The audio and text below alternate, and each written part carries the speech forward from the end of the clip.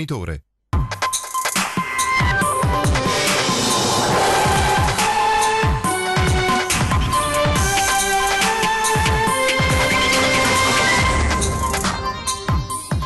È sempre più infuocata la polemica sul futuro delle grandi navi a Venezia. Sull'ipotesi Marghera scende in campo l'ex ministro Del Rio, intervenuto l'altra sera al nostro programma Ring con Toninelli. È scontro aperto. Alta tensione tra il Comune di Venezia e il Ministero delle Infrastrutture. Il sindaco Brugnaro attacca la politica economica del governo e chiama in causa anche l'UNESCO, che secondo lui rischia di rivedere la posizione di Venezia. Multe ancora più salate a Venezia per chi si comporta male. Il Comune inasprisce le sanzioni per chi sgarra le regole. Per gli incivili anche il Daspo urbano. A meno di un anno dalle elezioni comunali l'invito di Cacciari per un dialogo tra 5 Stelle e Partito Democratico viene respinto dalle rappresentanti dei due movimenti in Consiglio Comunale. Scattata a Milano una raccolta fondi per sostenere la famiglia del 35enne moldavo vittima di un incidente stradale e morto con la figlioletta. Solidarietà per la moglie e gli altri 2 figli tutti feriti. Una app per lo smartphone e un tour virtuale per seguire le opere della famiglia Tiepolo presenti nelle ville e nelle chiese di Milano e dei comuni della Riviera del Brenta. Per i turisti pronti anche i consigli enogastronomici. La storia di 2 grandi ingegneri veneziani che nel 1800 fondarono la marineria a Trieste. Il Muggia rivive in una pubblicazione frutto di 18 anni di ricerche. Edizione veneziana dei telegiornali di Antenna 3, ben ritrovati. In apertura dunque la questione grandi navi in laguna, perché è sempre più infuocata la polemica sul futuro appunto delle grandi navi e sull'ipotesi Marghera. Scende in campo l'ex ministro Del Rio, intervenuto l'altra sera nella nostra trasmissione a Ring e con Toninelli. È scontro aperto. Il progetto per portare le grandi navi a Marghera è composto da 2 fogli o è un tomo da centinaia di pagine? Le polemiche politiche, sempre più accese, che scandiscono quotidianamente il futuro della croceristica a Venezia, si arricchiscono ora anche di un piccolo giallo. Secondo il ministro ai trasporti e alle infrastrutture Danilo Toninelli, più propenso alla deviazione delle grandi navi a Chioggia, sull'ipotesi Marghera in 20 anni si sono prodotte appena 2 pagine, anzi paginette. Secondo il suo predecessore, Graziano Del Rio, invece, sono molte di più. Probabilmente avrà perso il faldone, ma basta che lo richieda l'autorità portuale di Venezia e comunque l'abbiamo discusso per anni questo problema, quindi siamo veramente, no, se non ci fosse da piangere ci scatterebbe da ridere, perché veramente dire che ci sono 2 paginette quando ci sono centinaia di pagine di studi fatti da, ripeto, capitaneria, autorità portuale, proposte, discussioni fatte con tutti gli enti locali. Io sono veramente, come dire, senza parole. Quello che più che un giallo appare come un braccio di ferro tra 2 fazioni che sostengono idee opposte e inconciliabili si rafforza quando il Ministero dei Trasporti in un certo senso replica il suo ex titolare Del Rio, abbracciando la posizione di Toninelli e diffondendo una nota secondo la quale si conferma che circa l'ipotesi Marghera come soluzione per le grandi navi a Venezia non esiste alcuno sviluppo progettuale. Abbiamo soltanto, continua la nota, una sommaria analisi multicriteria su svariate opzioni, nulla che abbia a che fare con un approfondimento di progetto, anche solo a livello di fattibilità tecnico-economica. Ma a sostenere che su Marghera ci siano più di 2 pagine sono in parecchi, a partire dal sindaco di Venezia Luigi Brugnaro. Il progetto aveva una sua forza e una sua comparabilità con i pro e i contro di tutti gli altri progetti. Era stato approvato nel comitatone, si è perso un anno buono, si poteva continuare invece a lavorare e a quest'ora non staremmo discutendo di ipotesi fantasiose, ma staremmo invece cominciando a operare. E sulle grandi navi la tensione resta altissima anche tra il Ministero delle Infrastrutture e il Comune di Venezia. Il sindaco Brugnaro attacca anche la politica economica del governo.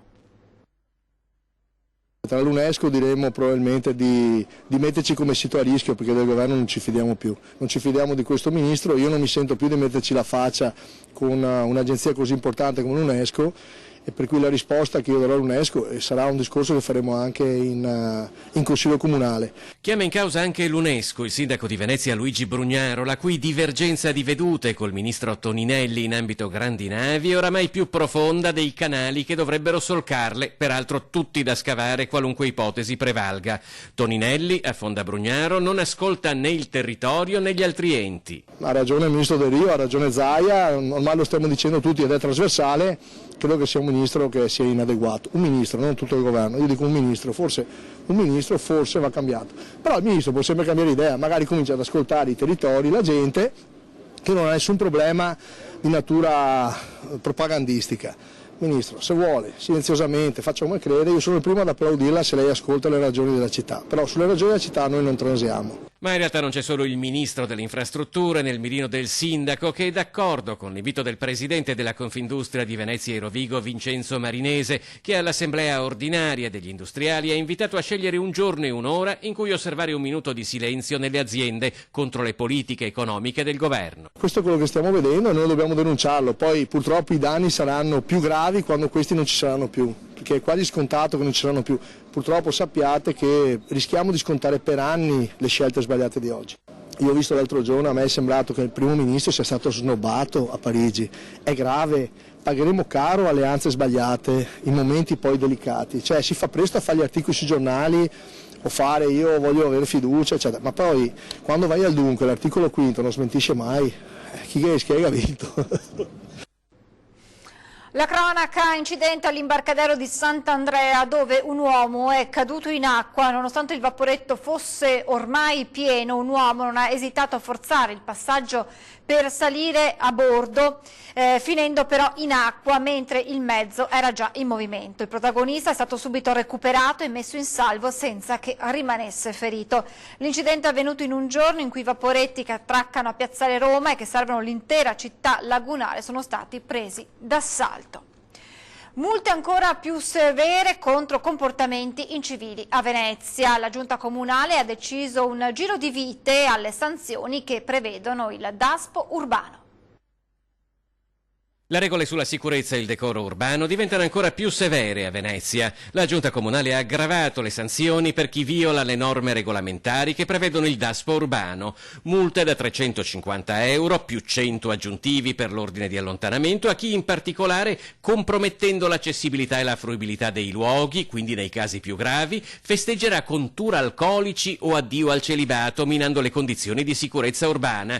250 euro più 100 euro per il DASPO urbano per chi circolerà con carretti a mano per il trasporto di cose non a norma, 350 euro più altri 100 aggiuntivi per l'ordine di allontanamento per chi svolgerà attività artistiche allo scopo di raccogliere denaro e ancora multe di 350 euro per chi sporca in qualsiasi modo i luoghi pubblici, con 200 euro per i proprietari di immobili che non mantengono ordinati e puliti i giardini e le aree verdi. Inoltre subirà una sanzione di 250 euro chi passeggia per la città a torso nudo o nei mezzi pubblici.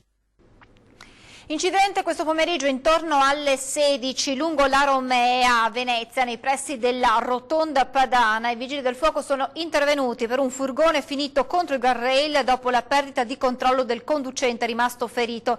Le squadre dei pompieri arrivate da Venezia e Mira hanno messo in sicurezza il mezzo ed estratto il guidatore, che è stato preso in cura dal personale del SUEM. L'uomo è stato stabilizzato e poi trasferito in ospedale. Le operazioni di soccorso dei vigili del fuoco sono terminate dopo circa un'ora. La politica, manca meno di un anno alle elezioni comunali di Venezia e l'invito ad un dialogo tra Partito Democratico e 5 Stelle dell'ex sindaco Cacciari arriva a Cafarsetti. Quelli che hanno l'opinione, che hanno un'opinione volta verso i 5 Stelle dovranno pure dire o spariamo o non ci interessa più la politica, ci asteniamo, oppure dovranno dialogare con il Partito Democratico, ma questo dipende anche dal Partito Democratico. Cacciari lo va ribadendo da tempo, il Partito Democratico e il Movimento 5 Stelle devono iniziare a parlarsi, ancora di più dopo i risultati di elezioni europee che secondo l'ex sindaco di Venezia presuppongono ad un ritorno al bipolarismo. ma anche a Venezia, dove si vota tra meno di un anno e dove comunque appare tutta da ridiscutere, pure l'alleanza di centrodestra, il percorso appare difficile. Monica Sambo, capogruppo del Partito Democratico a Cafarsetti, ed Elena La Rocca del Movimento 5 Stelle sono due rappresentanti tra i più attivi dei rispettivi partiti. Nel corso del mandato si sono trovati anche su posizioni comuni, ma da qui ad un'alleanza stabile pare corrercene parecchio. Noi come riflessione abbiamo in cantiere quella di poterci unire ad altre forze, però civiche e sui temi. Ora questa è una riflessione che verrà fatta nell'arco dell'estate e si deciderà se ci sarà questa apertura. Il movimento è comunque una forza politica giovane e in continua trasformazione e in continua messa in discussione. La città di Venezia effettivamente avrebbe bisogno di una grande alleanza comunque fondata sull'ambiente, sui temi ambientali che sono prioritari. Non credo che sia... La chiudiamo qua, anche secondo lei? Diciamo, la linea politica del Partito Democratico uscita anche dall'ultima direzione è quella di fare un'alleanza di centrosinistra insieme possibilmente alle civiche che in questo momento sono protagoniste della vita cittadina. La questione che condivido invece, che probabilmente è un tema sensibile che io credo che tutte le forze politiche dovrebbero portare avanti, è la questione ambientale, quindi che Venezia possa diventare effettivamente un centro, un polo, anche un laboratorio politico sulla questione ambientale è assolutamente essenziale, e questo credo non dovrebbe avere su questo colore politico. Il nostro scenario politico è tradizionalmente in continua evoluzione e risulta difficile sbilanciarsi in previsioni di lungo termine, ma anche a Venezia, pur esistendo delle convergenze parallele, si sarebbe detto una volta, l'ipotesi di un'alleanza PD 5 Stelle rimane al momento lontana. Con Zaia ci siamo confrontati anche per le candidature, lui e Salvini si sentono spesso e non esiste alcuna divisione, anzi la loro unione dà questi risultati. Così il segretario della Lega del Veneto D'Arei ieri sera a Ring parla anche della ricandidatura di Luca Zaia. Questa è una squadra che vince e non si cambia, e gli uomini e i centravanti che abbiamo sono dei fuoriclasse. No, perché il fuoriclasse Salvini e il fuoriclasse Zaia. No, perché a molti sembra il caso Tosi, no? Di qualche anno fa, di 5 anni fa. Ma no, non potete fare. Cioè Salvini ha paura della potenza di Zaia o no? Come? Cioè Salvini ha paura della potenza di Zaia su questo territorio. No. L'unico grande altro leader nazionale potrebbe essere lui. Ma allora Salvini ha assieme a Zaia, Salvini, Zaia, Federica, Fontana, c'è una serie di amministratori regionali straordinari sulla parte più importante ed economica dell'Italia. Non si può pensare di distruggere o cercare di dividere un partito su queste cose, perché non ci riuscirete mai. Ma secondo lei io non mi sarei confrontato con Zaia su qualche nome? Sì.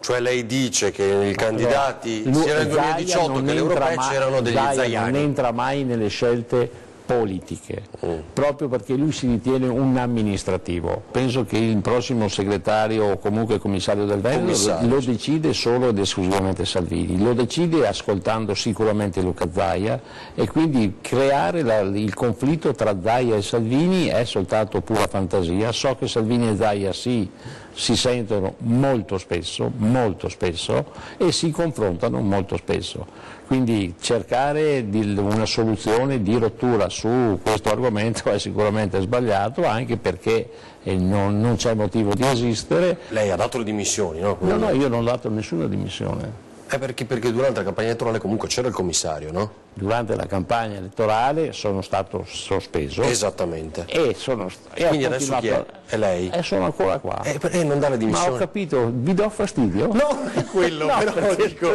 perché ci sia una decisione. Ma lasciate che sia il mio segretario federale a trovare una soluzione. È momento di fermarci per una brevissima pausa pubblicitaria, tra poco.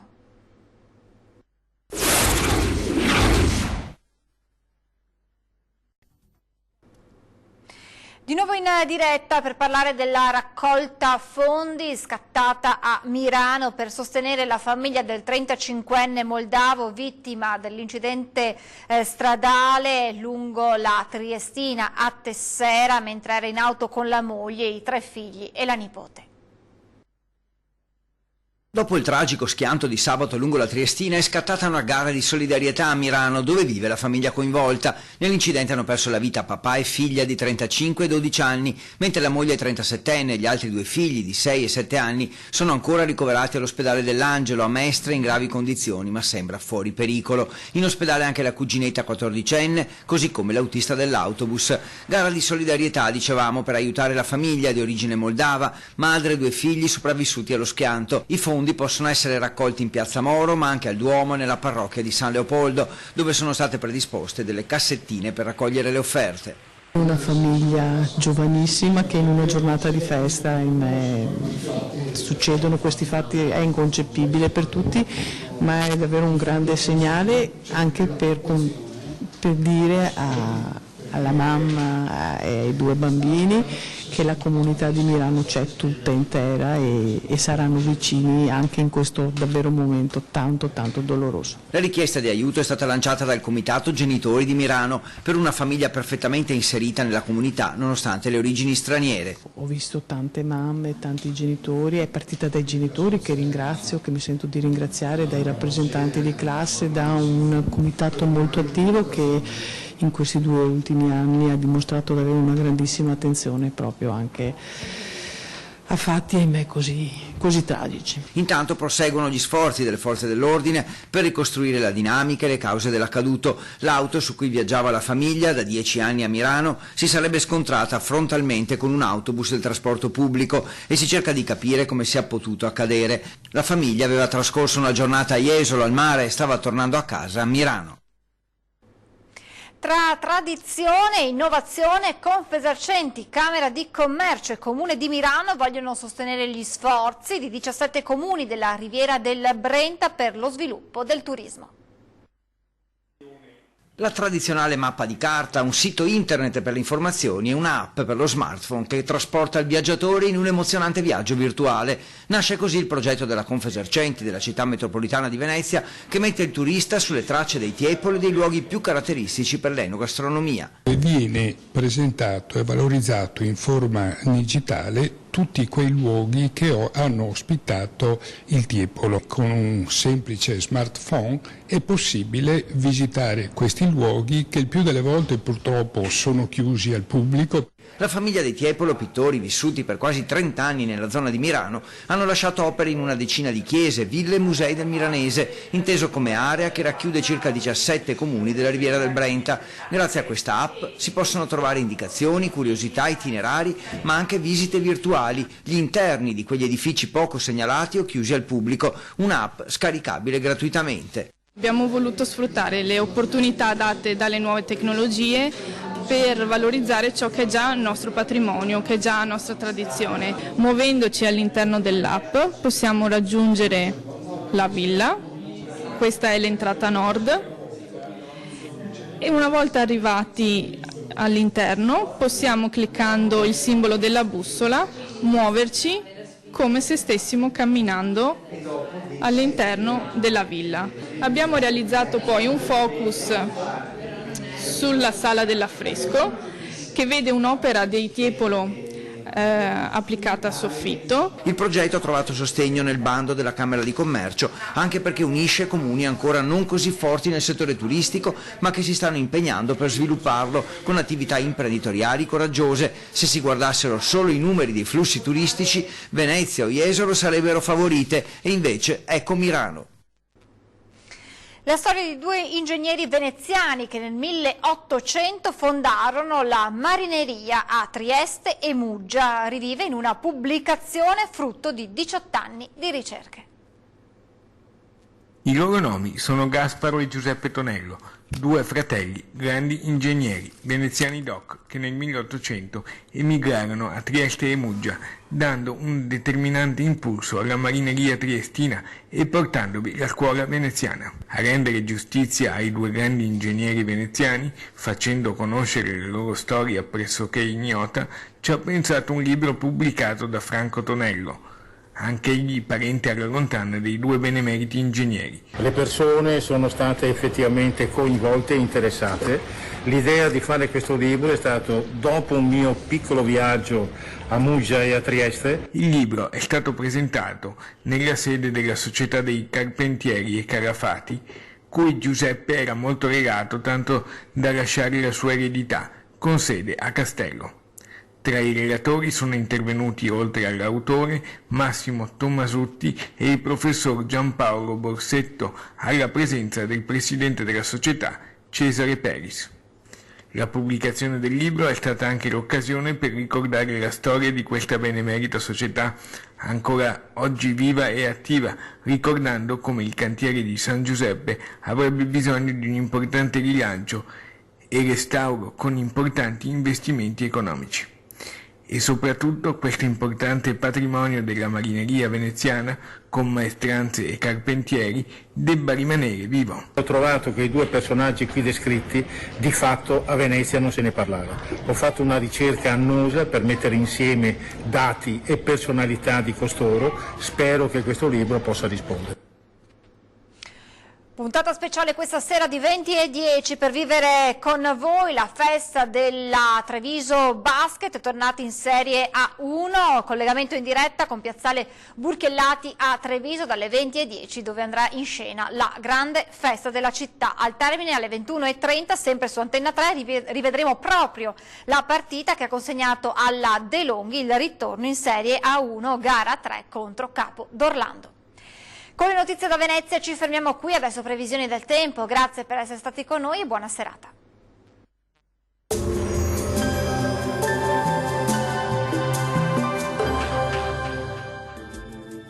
Ben ritrovati al meteo. Le nostre regioni continuano ad essere protette dall'anticiclone, dunque prosegue il bel tempo. Vediamo il dettaglio di mercoledì 19 giugno. Sul Veneto tanto sole ovunque, cielo al massimo poco nuvoloso dappertutto, salvo per qualche nube in più sui monti bellunesi, dove non si escludono anche degli acquazzoni a partire dal pomeriggio. Temperature minime tra 17 e 22 gradi, massime comprese invece tra 26 e 33 gradi. Bel tempo anche sul Friuli Venezia Giulia, la giornata risulterà infatti all'insegna di un ampio soleggiamento ovunque, tuttavia con qualche rovescio pomeridiano sui rilievi. Temperature minime tra 18 e 22 gradi, massime comprese invece tra 25 e 28 gradi circa. Uno sguardo infine alla situazione del Trentino Alto Adige, dove sarà soleggiato su tutti i settori e il cielo si presenterà al massimo poco nuvoloso. Durante le ore pomeridiane, tuttavia, sarà possibile qualche occasionale temporale. Temperature minime tra 18 e 19 gradi, massime oscillanti invece tra 28 e 29 gradi. Bene, dal meteo di Antenna 3 per ora è tutto, arrivederci.